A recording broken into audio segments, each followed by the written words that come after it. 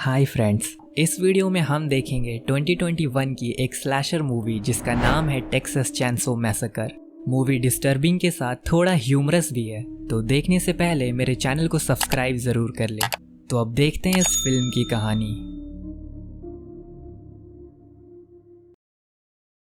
Movie की शुरुआत में हमें डीवीडी टेप के थ्रू बताया जाता है कि 5 फ्रेंड्स का एक ग्रुप टेक्सास सिटी में घूमने आया था, जो वहां लेदरफेस और उसकी फैमिली का शिकार हो गया। उनमें से केवल एक ही लड़की बच पाई थी जिसका नाम शैली था। उस समय लेदरफेस ने अपने मरे हुए विक्टिम के चेहरे को मास्क की तरह पहना हुआ था। ऐसे में कोई नहीं जानता कि लेदरफेस दिखता कैसा है। अब कहानी प्रेजेंट में आती है, जहां गैस स्टेशन पर एक लाइला नाम की लड़की उस डीवीडी टेप को देख रही थी। लाइला वहां के अटेंडेंट से सैली के बारे में पूछती है, जिस पर वो बताता है उस हादसे के बाद शैली एक रेंजर बन गई और आज भी टेक्सास में उसी लेदरफेस को ढूंढ रही है ताकि उसे मारकर अपना बदला ले सके। अब लाइला बाहर जाती है, जहां हम उसकी बहन मेलोडी को देखते हैं। वो दोनों मेलोडी के एक दोस्त डांटे और उसकी गर्लफ्रेंड रुथ के साथ टेक्सास के एक घोस्ट टाउन हार्लो जा रहे थे। डांटे और मेलोडी सोशल मीडिया इन्फ्लुएंसर थे और उन दोनों ने हार्लो टाउन में रिसेंटली कुछ प्रॉपर्टीज खरीदी थी और आज वो अपने फॉलोअर्स को बुलाकर उन प्रॉपर्टीज को ऑक्शन में बेचने वाले थे। बेसिकली उनका प्लान था कि वो इस स्मॉल टाउन को डेवलप करेंगे ताकि वो थोड़ा पैसा बना सके। अब जाते समय उन्हें रिक्टर नाम का एक लोकल आदमी मिलता है जो अपने साथ गन लेकर घूम रहा था और रास्ते में उन्हें 2 शेरिफ भी मिलते हैं।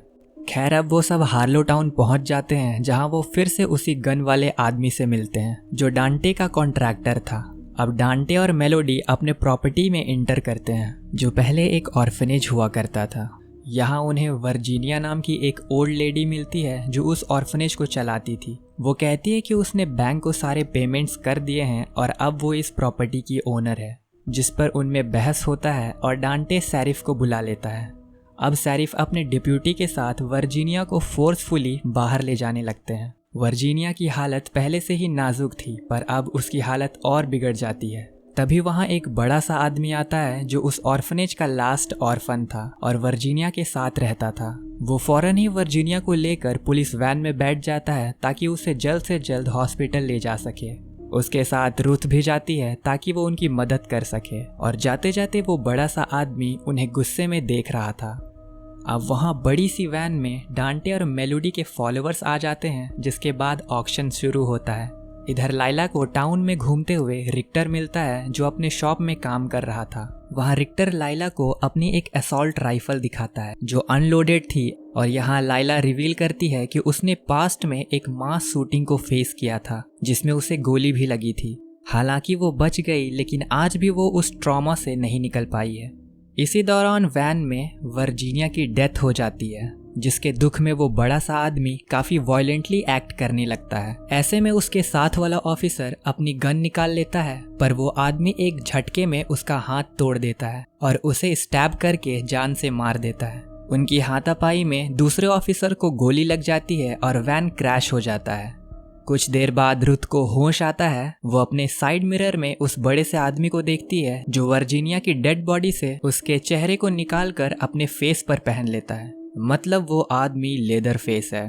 अब रुथ पुलिस रेडियो पर हेल्प मांगती है, जिसका मैसेज 1974 वाली सैली सुन लेती है, जिसके बाद वो अपनी कार में हार्लो टाउन की ओर निकल जाती है। खैर, अब लेदरफेस दूसरे पुलिस ऑफिसर को भी मार देता है। ऐसे में रुथ बचने के लिए मरने का नाटक करती है, लेकिन लेदरफेस को पता चल जाता है और वो एक ग्लास के टुकड़े से रुथ के पेट को चीर देता है, जिससे उसकी वहीं मौत हो जाती है। जिसके बाद लेदरफेस वापस टाउन की तरफ जाने लगता है, लेकिन मरने से पहले रुथ ऑलरेडी मेलोडी को टेक्स्ट कर चुकी थी कि वर्जीनिया नहीं रही। ये जानकर मेलोडी टेंशन में आ जाती है कि उनकी वजह से एक ओल्ड लेडी मारी गई। इसलिए मेलोडी फौरन लाइला के पास जाके उसे ये बात बताती है और उसे अपने साथ यहाँ से चलने के लिए कहती है ताकि वो दोनों इस लफड़े में ना फंस जाएं। वहाँ ये बात रिक्टर भी सुन लेता है, जिसके बाद वो जाकर उनकी कार और वैन की कीज निकाल लेता है। वर्जीनिया की डेथ के बारे में उसे पता चल गया था, इसलिए वो उनके प्रॉपर्टी पेपर्स देखना चाहता था टू मेक श्योर कि वो बिल्डिंग के रियल ओनर है। तभी रिक्टर कीज वापस देगा। अब डांटे वैन में फाइल्स चेक करता है, पर वहाँ बिल्डिंग के पेपर्स नहीं थे, जिसके बाद मेलोडी को उस पर शक होने लगता है कि शायद बिल्डिंग की रियल ओनर वर्जीनिया ही थी।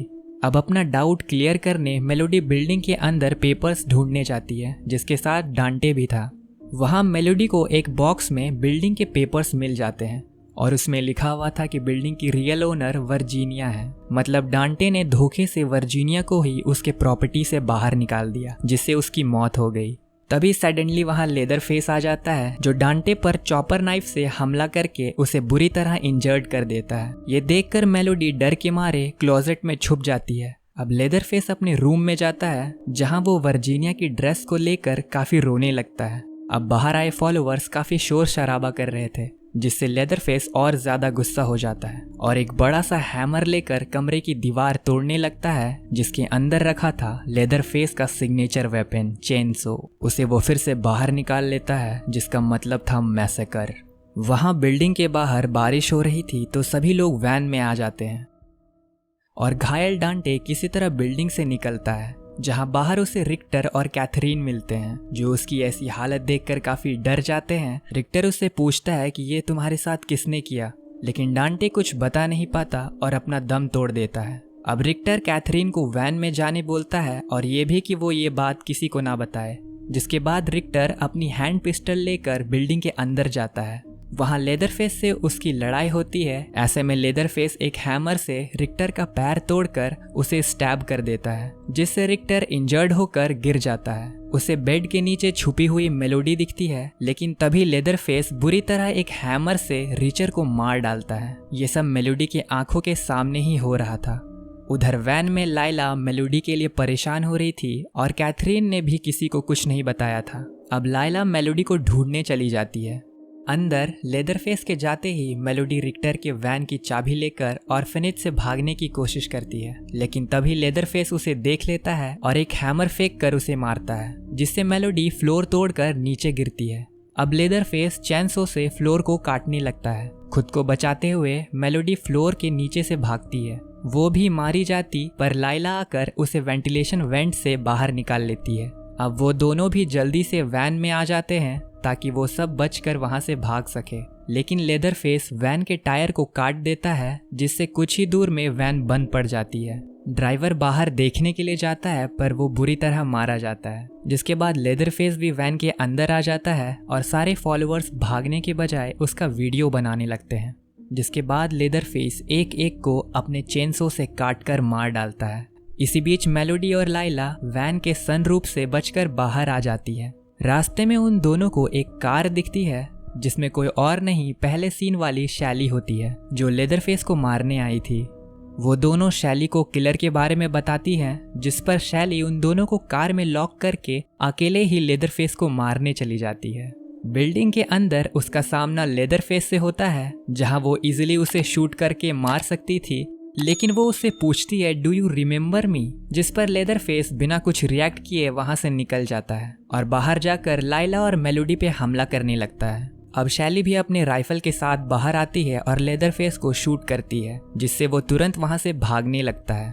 अब शैली अपनी कार की चाबी मेलोडी को देकर वहां से भागने बोलती है और रास्ते में लेदरफेस और शैली के बीच फाइट होने लगता है, जिसमें लेदरफेस शैली को अपने चेनसो से काफी बुरी तरह स्टैब कर देता है। ये सब देखकर मेलोडी लेदरफेस को कार से हिट करने की कोशिश करती है, पर उसकी कार कहीं और घुस जाती है। अब लेदरफेस उनकी तरफ आने लगता है, जिससे कि लाइला विंडो से बाहर जाकर रिचर की बड़ी सी गन उठा लेती है और इससे पहले कि लेदरफेस मेलोडी को मार पाता, लाइला उसे गन से शूट करने जाती है, पर वो भूल गई थी कि वो गन अनलोडेड था, जिसके बाद लेदरफेस लाइला को मारने उसके पीछे भागता है। उसने लाइला को मार ही दिया था कि पीछे से घायल शैली लेदरफेस को शूट करके वहां से भगा देती है, जिसके तुरंत बाद शैली की डेथ हो जाती है और लाइला जल्दी से शैली का शॉटगन ले लेती है और बिल्डिंग के अंदर जाके लेदरफेस को मारने का ट्राई करती है, जहां लेदरफेस उस पे हमला करके उसे पानी में गिरा देता है। वो उसे चेनसो से मारने वाला था कि तभी वहां मेलोडी भी आकर लेदरफेस से लड़ने लगती है।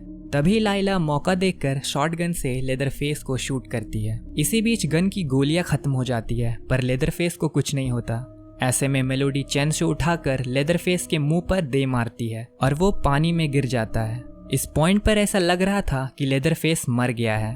खैर अब अगली सुबह मेलोडी और लाइला अपनी कार के ऑटो पायलट मोड को ऑन करके टाउन से बाहर जाने लगती हैं। लेकिन तभी अचानक से वहाँ लेदरफेस आ जाता है जो मरा नहीं था, और वो कार का शीशा तोड़ के मेलोडी को बाहर खींच लेता है। अब कार ऑटो पायलट में लाइला को लेकर चलने लगती है और लाइला सनरूफ से निकलकर पीछे अपनी बहन मेलोडी को देखती है, लेकिन तब तक लेदरफेस अपने चैनसो से मेलोडी का सर काट चुका था। और इसी के साथ टेक्सास चैनसो मैसेकर 2021 मूवी खत्म हो जाती है। अब पोस्ट क्रेडिट सीन में हम देखते हैं कि लेदरफेस उसी 1974 वाले घर में वापस जा रहा था। तो ये थी टेक्सास चैनसो मैसेकर मूवी की कहानी, जिसमें हमने देखा कि सिर्फ लाइला ही सरवाइव कर पाई, जो पहले भी एक मास शूटिंग में बच गई थी। अब हो सकता है कि वो काफ़ी लकी हो, या शायद उसे फिल्म के सीक्वल के लिए छोड़ दिया है, शैली की तरह। तो आपको ये फिल्म कैसी लगी हमें कमेंट करके बताएं। साथ ही जाने से पहले मेरे चैनल को सब्सक्राइब कर ले, और वीडियो अच्छी लगी हो तो लाइक और शेयर कर दे। तब तक के लिए stay safe and good bye.